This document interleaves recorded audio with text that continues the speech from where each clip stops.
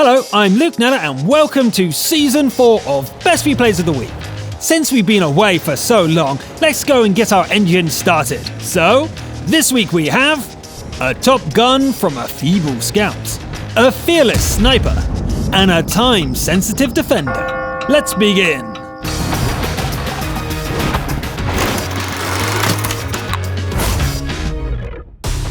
Let's jump right in with a Steelwolf from the EU region, where Nobody 686 puts the glacius plate of a VK4502P Ausvertigung Bear to the ultimate test. The map is fjords and the big VK is top dog in the matchmaking. This will need to be pretty impressive. Nobody turns around and gives a love tap to an enemy heavy. It seems to have brought some friends along, and the VK finds itself facing an entire enemy detachment. The rival team is 5 tanks ahead, so Nobody has to hold the line here. An opponent goes down. Then another one. In the meantime, the western flank seems to have collapsed. That shot came from the rear. Nobody backs up against the hulk of a dead ally and fights on like a cornered animal. There's no getting out of this alive. The VK's crew holds on, determined to get off one last shot. The 110 is hungry for the kill, but ends up as the Steelwolf's last victim instead. The VK is a burning wreck, but it did its job. It slowed down the enemy advance and allowed the game to be turned around. Let's take a look at those numbers. That's plenty of damage dealt. But the real achievement is in the blocking. 14,000 shrugged off with 44 non-penetrating hits. Impressive. It's been a while since we've had a sniper on the show, so let's have Alex 260,000 from the EU region remind us how it's done. The game is an encounter on Prohorovka, and the sniper's strange-looking T-28 concept is on top tier. Alex climbs to an elevated firing position and picks off the first target with a single clean shot. There's a moment to spare, so the sniper pushes down a couple of trees for visual cover. A Jagdpanther takes a good uneyed hit, but survives the follow-up shot. Suddenly, the horizon is teeming with targets and Alex engages them as fast as the gun can cycle. The sniper takes out a German toaster and shifts aim to the jumbo. A shot pings off the armor, but Alex can't leave this position just yet. There's more incoming fire and the last ally blows up. The sniper finishes off the unseen Porsche Tiger and withdraws from the position. Sometimes there's no option but to wade into close combat. Alex pushes forward and takes out an easy 8 with a pair of shots. An artillery strike blows off a track. Alex repairs it in a flash and retaliates by taking out the other SPG. The VK3002M would be a deadly opponent in close combat, but it challenges the sniper to a long-range duel instead.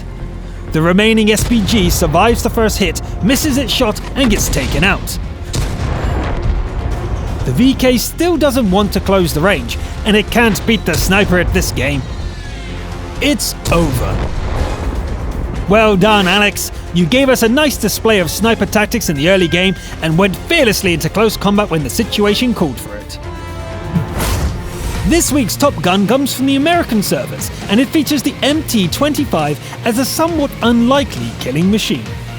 The player goes by the beefy name Muscles 1 and fights on the defending side in a Tier 8 assault on Karelia. Let's skip the warm-up and skip straight to the action. The first victim is an IS who probably doesn't expect to be killed by a little scout. The T-54 prototype is softened up from long range and finished off up close. The IS-6 shrugs off the shots taken on the move, but stopping to aim properly stalls it out. The Su-101 takes quite a few hits before getting annoyed with its assailant. Muscle backs away and the TD ducks out of sight. There are 3 targets on offer, and the gunner starts throwing shells at them with wild abandon, occasionally even doing some damage. But now the enemies are 6 tanks in the lead. The SU shows itself again, and this time it doesn't get away. The last ally dies just before Muscles finishes off a rival MT-25. Even after that kill, the game is 1 against 7. An SPG tries going for a shotgun charge, but Muscles pecks it to death instead. The Killer Scout races east to open up some distance, dealing with another SPG on the way. The next challenger is a Comet, but Muscles is way too strong for him. The M12 tries its luck as well, but doesn't do any better. There's only a minute on the clock, and Muscles just needs to survive for a win. A T-25-2 tries to make sure it doesn't happen, but gets outplayed by the little killer.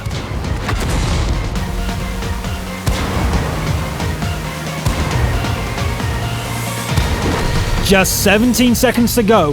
The capture attempt is irrelevant now, but Muscles drives straight into the jaws of an IS-3. Come on, little guy. Dodge that shot! Alas, it is not to be.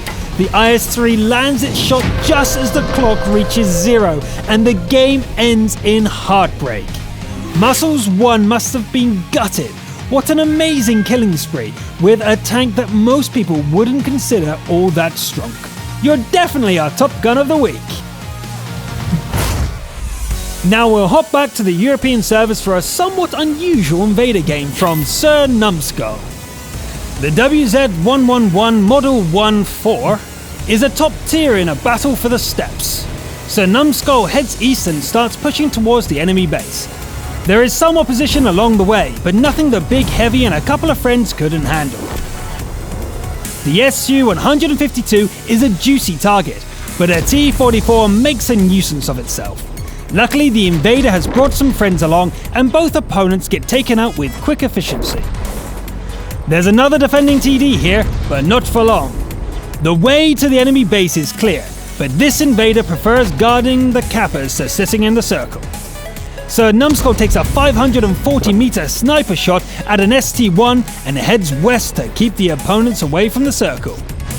Once again, it's the allies who gets the kills, but you can see who's doing the lion's share of the damage. Hang in there, Type 59, I've got this! Sir Numbskull drives the Yaddiga into a retreat, pummels it some more, and heads back east to take on the fearsome ST-1. The Soviet Heavy blows up an ally just before Sir Numbskull gets to it. It puts up a good fight and ties up the invader long enough for the Yaddiga to pull off a last-second reset. Down! The capture gets reset again, and the Type 59 is screaming for help. Sir Numbskull rides to the rescue and starts by punching out the troublesome Yaddiga. The Diga fires, but the T-34 is a bigger threat. It keeps coming despite the hit, but a second shot followed by a ram puts it down for good. The Kappa is dead as well, but the invasion has served its purpose. The Reds are down to a single Diga 1, and soon enough, not even that. So that's how you get the Invader Award without even attempting the capture yourself. Remember, the idea is to win the game by putting pressure on the enemy base, and that's what was done here. We'll wrap up this episode with a Defender game from the EU region. The player is Dr. Coxey and the vehicle is the German VK-2801 scout tank. The good doctor begins by sprinting west, sniping at a target in the Abbey and challenging a Cromwell into a scrap.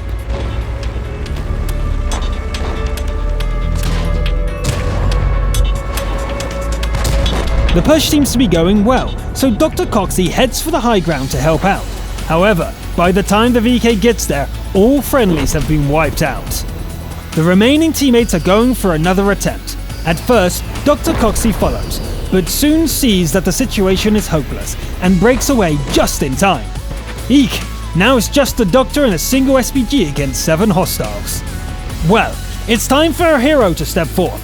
The Defender swaps in a high explosive and distracts the KV-1 until the RT is able to finish it off. Waiting for enemies to turn up is not an option, so Coxey goes looking for them. The Doctor's companion is sadly popped by counter RT, leaving the game 1 against 6, with no chance of regenerating. The Doctor spots one of the RTs but messes up the ambush. Luckily, the AMX whiffs its shot as well, giving the Defender the opportunity to do it right on the second attempt. There was a short capture warning, but Dr. Coxey would like to deal with the remaining SPGs first. The shoebox-size FV-304 is found and destroyed, but there's no time to look for the last one, since the capture starts for real this time. The defender puts the VK's off-road capability to good use, racing back up to the Abbey. Coxey spots the Churchill and resets the capture with a high explosive.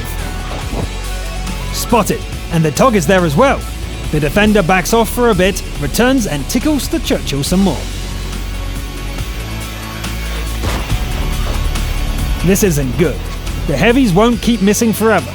Dr. Coxey backs up a little, feels the ripples in time and space, then pulls the trigger. Success!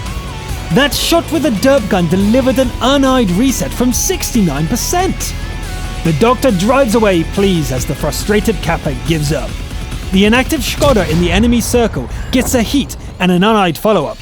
But Dr. Coxey doesn't want to stick around after being spotted and decides to finish it off later. How good was the time loss decision? Well, Dr. Coxey races south and gets in position just as the Tog resumes its capture attempt. It takes a lot of HE to whittle it down, but there are only 2 active enemies left. The last minute warning blares and a shotgun assassin almost gets the drop on Coxey. Luckily, almost isn't enough here. Ooh, the Churchill! The first heat round breaks the track but doesn't do damage.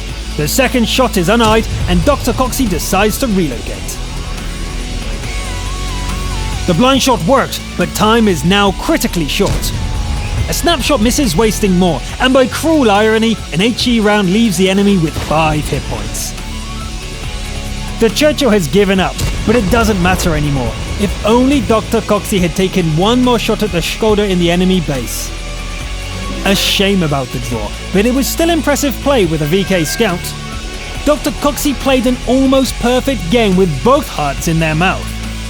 Hopefully getting on the show lessens the sting of a draw a little. And that's all for the first of this season. We started with a bit of a losing streak, but I'm sure we'll pick it up for next week. I'm Luke Neller, thanks for watching, and I'll see you next time.